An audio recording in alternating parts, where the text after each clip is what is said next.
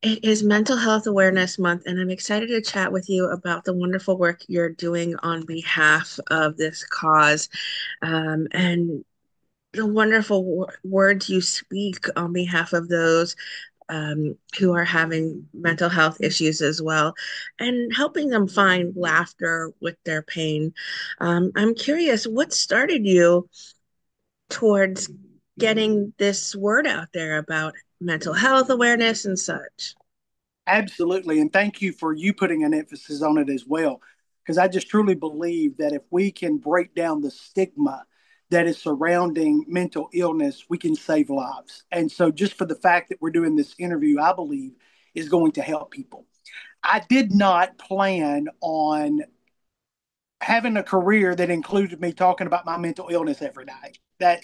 That was not on my vision board for 2025. I just one night it kind of slipped out. I just kind of made reference to it without thinking, and we started getting a great response. People started sending messages in, going, thank you for bringing this to the forefront. And the fact that if you were able to stand in front of the large crowd and admit that you battle it, people were saying it gave them the courage to go get the help they needed. And when we started getting that response, that let me know that this was something that we definitely needed to talk about. Well, you're reaching out to so many, and you have this wonderful devotional, You're Not Broken. And I think that's a beautiful way to identify people who do have mental illness. You're not broken. You just have this little piece of you that maybe either is fractured or maybe this piece that needs a little bit of band-aid to it. And I think that's a great message to put out there. Where did the idea for You're Not Broken come from? Well, it was one of those things where people have been reaching out to me on social media, fans that come to the concerts, and they just like having that connection. They say that when they hear me speak, it's just inspiration for them. And then some of them started saying, I sure do wish I had you with me to start each day. And I thought, okay, well, let's see how we can do that without me having to be everywhere at one time. And so I just put together a little 60-day devotional, and it was just when I started writing it, I just did it from the mindset of an individual waking up to start their day. What do they need to hear? What do they need to know about themselves? How do they need to attack the negative thoughts that maybe that's hitting them? Because one of the biggest struggles that I have had and still have on occasion is just getting out of the bed. That can be one of the toughest things for me to have to do. And I even have the motto that if my feet touch the floor, I've won already. That's the obstacle. And so I just looked at it from that standpoint of if I could speak to someone to start their day, what would I tell them? And so it just turned into a little 60-day devotional, and people are loving it. I'm just shocked that people I want to was hear going what to I say, have to say. But you probably are getting so many people reaching out to you saying the nicest things that it helps them. What are the people telling you about what aspects of it that they really feel hit their hearts or maybe get them to put their feet on the floor every morning? oh yeah, what's amazing, and it's amazing how this works because it works with word, it works with music, but it's like an individual will reach out and say, "I just completed day 4, and it was like you were in my head. That was exactly what I was thinking." And of course, I have no way of knowing that, but it's just amazing how we are all kind of the same. To have mental illness seems to make us feel like we're invisible or that we're alone. And what I'm trying to get people to understand is this little collective group of people that battle any type of depression or anxiety, we're really all alike and we have the same thoughts and we have the same feelings. And once we start talking about it, we start realizing, hey, there's a bunch of us going through this stuff and we don't have to go through it alone. And so I'm just able to share with them how I get through the day. How do I fight to get up each morning? And if I'm able to share that with someone and they're able to get up, then hopefully they'll share it with someone else as well. Well, someone who suffers from anxiety, they tell you like cognitive behavioral therapy, CBT, where you change those thoughts as really what helps someone who is suffering with anxiety to sort of, you're in that moment, okay, you are feeling Absolutely. anxiety, here's how you switch it. And I think that's what your 60-day devotional really does. First of all, it starts you off in your day, and then it tells you a little bit of a guide for when you're feeling those moments. It's not like before you have them, do this. Right. It helps you in those moments where you In the are moment. suffering. And I really think that's what benefits so many people from the words you speak, because you have not just the experience, but you're touching them in a place where they are feeling those scared or upset or those sad moments in that moment rather than Absolutely. waiting for it to come. Like, this is what you should do when it happens. No, this is while it's happening. Here's how you treat it. And that's really, I think, what identifies most people to help them at that moment. Absolutely. And that's a great way to put that. I think that we can also help people go, okay, because I always try to train people as well to say, okay, let's go ahead and decide now how we're going to respond. That way, when the feeling comes, we already know. Now, in the moment, you're going to have something to gravitate to, be it a song, be it a book, be it a thought, be it a friend. You're going to have something, but you're going to need to know beforehand, how am I going to respond when this happens? And so I just love having a resource that I'm able to offer to people that they're able to use on a daily basis, that they're able to run to, that they feel like they have a resource that is going to speak to them right where they are, that's not putting them down. And here was one of the big things for me. I didn't want to talk over people's heads. Now, look, Right. I, I'm a comedian. I'm not a psychologist. I don't have no degree. So if You don't I know the can put big words that, like yes, the cognitive behavioral therapy. That's what I'm saying. It's like those are things that people don't know unless you have therapy. But these are correct. ways that you can hit those points without being a Absolutely. therapist that switch the light that they need through that form of I therapy. just I just It's try to make it as so clear. smart. Yes, and try to make it as clear as possible because my thing is when you're in a battle for your day, you don't want to have to go get a dictionary to start looking up words to figure out what they're saying. So I try to do it in a clear way, but I'm also thinking of this too. I'm also thinking about that young teenager, that 10-year-old, that 12-year-old, that they may not have a high school degree yet. They may not have a college degree, but you know what? They're fighting for their life just like we are. And they have struggles and pains just like we do. And so I am But you think of amazed. it more, I'm sorry to interrupt you, but you think of it more as an adult thing. Like a lot of people do cater to more of a adult talk, but you want to hit it when people, if I, when I was 16 and having this, I would have wanted that at my time too. A lot of people I think don't do that when they're catering towards, like their mental health issues or like Right. the books that help you or like therapy tapes that help you. You need to understand that it starts when you're an adolescent. Absolutely. And I feel like if we can start early and teaching our young people how to respond. See, here's the problem. They are responding exactly the way their parents are responding. The parents were never trained to respond correctly. So what our parents don't realize is that they're watching you. And if you fail to go get the help that you need, you're teaching them to suffer.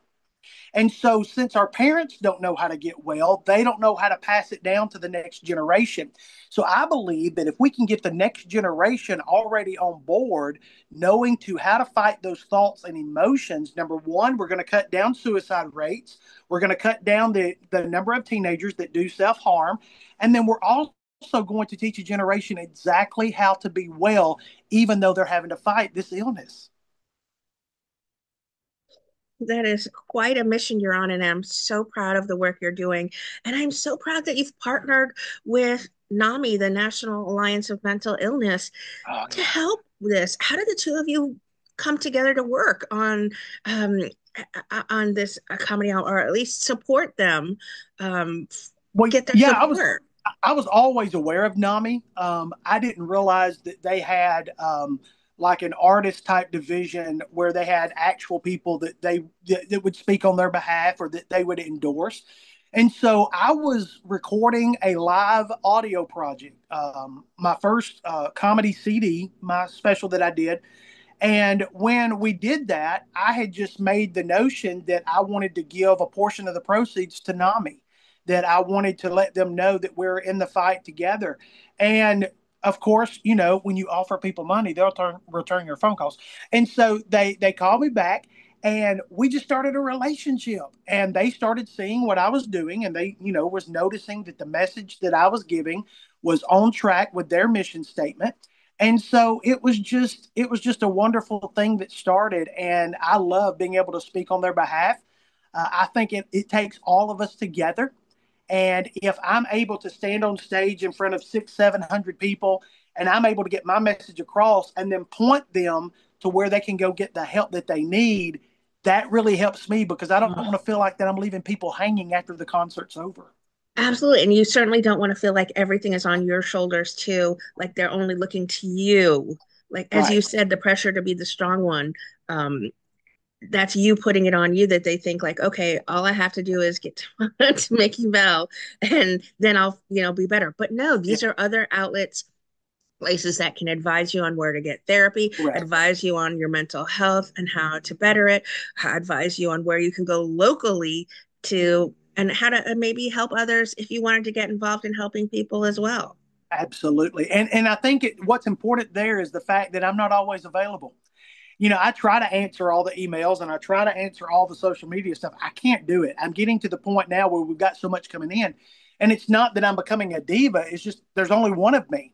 But, in the midst of also trying to have a comedy career, writing material, performing, traveling, we're going to do about 200 dates this year. I have been out for about 3 weeks now that we're recording this. And I'm like, I can't respond to everybody. But when I'm able to hook them up with someone like Nami, who is always there, and that makes me feel better knowing that I'm not sending them to someone that's going to be flaky. I'm sending them to someone that could actually save their life. And that helps me Absolutely. sleep at night. Well, You're Not Broken is out now. Have you been working on other devotionals or maybe some more comedy albums as well? We are. We have been on tour quite a bit. I've started doing some other speaking, starting to do a lot of solo shows right now, which allows me to kind of dig deep into my mental health story. But the opportunities that are coming, people are wanting this mentioned more, this topic talked about, so it's keeping us busy. But no, we just released the journal or the devotional, and people are already asking if we're going to have another. And I'm like, y'all, I just released this one. Y'all got to give me some time to breathe. But no, I can foresee, I can already in my mind, I could see maybe a devotional that kind of attaches like those who need a particular healing or those who need the thought process and just kind of dissecting mental illness down to each different emotion and maybe trying to have something. I don't know. It's just kind of what I'm thinking right now. But we're also working on trying to do a comedy special. And yeah, we just got a lot of things going on. It's keeping us busy. Oh goodness. Well, you're out on the road now, and I'm so excited that you're reaching so many people to get the help that they need. Are there particular websites you would recommend for people to visit, not just for getting help through you, but what's the NAMI's website or some other websites that you often recommend to people to check out who need the help? Absolutely. Well, I try to have all those resources on my site. That way, if you go to one place, it's themickey.bell.com. And the only reason it's the Mickey Bell was because when I got the domain name, mickeybell.com was already taken. So it's themickey.bell.com. I have also partnered with a company called Mentavi Help. And Mentavi has developed what they call a snapshot. And this is so cool. I was so proud that they reached out to me. And what it does is it takes you through an online questionnaire. And based upon your answers, it kind of analyzes your emotional state at that moment. When you finish this, it takes about 10 minutes to do the questionnaire. And when you finish it, it sends you by email a PDF of all the areas of your mental illness, of your mental health, and it shows you in order the things that you need to address first. It is so cool because it's really in depth. But, like, for instance, maybe there's an individual that you're having a hard time getting out of the bed. Maybe you're having a hard time reaching out, finding someone that can give you the counseling and the help that you need. You can go take this little snapshot, and it costs less than a Starbucks coffee to do, by the way. You can go take this snapshot, and once you get this PDF, you can either like take that with you to a counselor and say, "Hey, this is what has this is a snapshot I took. This is what I'm going through. This is what I need to address." And it will also uncover some areas that maybe you haven't even thought about that's bringing you pain in your life that you've never addressed. And so I'm very excited about that That's because it's brand new. And we're just telling people about it, just letting people know. And you can get that on our website as well. But we're just excited just to help people, just to encourage people. I don't want people to come to one of my comedy shows and just laugh. I want you to laugh until you pee in your pants. But when you leave, I want you to leave with purpose. I want you to be able to leave going, you know what? That felt so good, but I also know the next steps I need to take. That's going to be the biggest compliment for me in my comedy shows. Well, I was going to ask you what you would like to say to people who are fans and supporters of Mickey Bell, but it sounds like you advocate so nicely for them and you provide it so succinctly for them. Here's a place you can get help. I want to be here for you just as much as you need to be here for yourself. So here's a place you can show up for yourself, and here's how I recommend you showing up for yourself. What would you like to say to those people who are appreciative of the wonderful work you do as far as mental health? Listen, I am just a bridge. I literally paint the picture this way. I came out of hell. And what I'm doing now is I'm reaching back and I'm trying to bring as many people out with me as I possibly can bring. And then I encourage people to do the same. I encourage everyone to have their story, share and help the people that you can help. Know that you're not in this alone. And just as you felt alone, you're going to encounter someone that's feeling the exact same way. So you be a friend to them. It's not about everybody coming to Mickey Bell. I don't have the time for everybody to come to me. But if I can engage everybody that's watching this right now to reach out to someone that they know is struggling and just be that support for them. You don't have to be you don't have to be well to do that. You don't have to be fixed to do that. While you're walking your journey, help someone walk their journey as well. And y'all can encourage each other as you both get healthy. Well said. Well said. Oh my goodness.